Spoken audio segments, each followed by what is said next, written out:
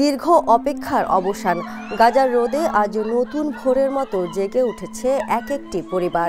শান্তি চুক্তির অংশ হিসেবে ইসরায়েলের কারাগার থেকে মুক্তি পাচ্ছেন একে একে ১,৯৫০ ফিলিস্তিনি, যাদের অনেকেই কাটিয়েছেন জীবনের সেরা বছরগুলো কারাগারের অন্ধকারে পরিবারের মুখ না দেখেই।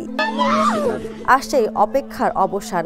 বহু বছর পর মায়ের কোলে ফিরে এসেছে সন্তান, ভাই ফিরে পেয়েছে বোনকে, স্বামী ফিরে এসেছে স্ত্রীর কাছে। ভাঙা মন, শুকনো চোখ আজ ভিজে উঠেছে অশ্রুতে।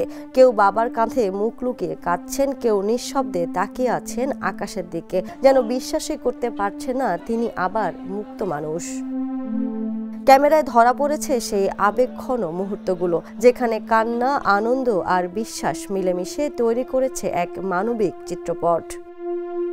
আন্তর্জাতিক ডেস্ক, দ্য নিউজ।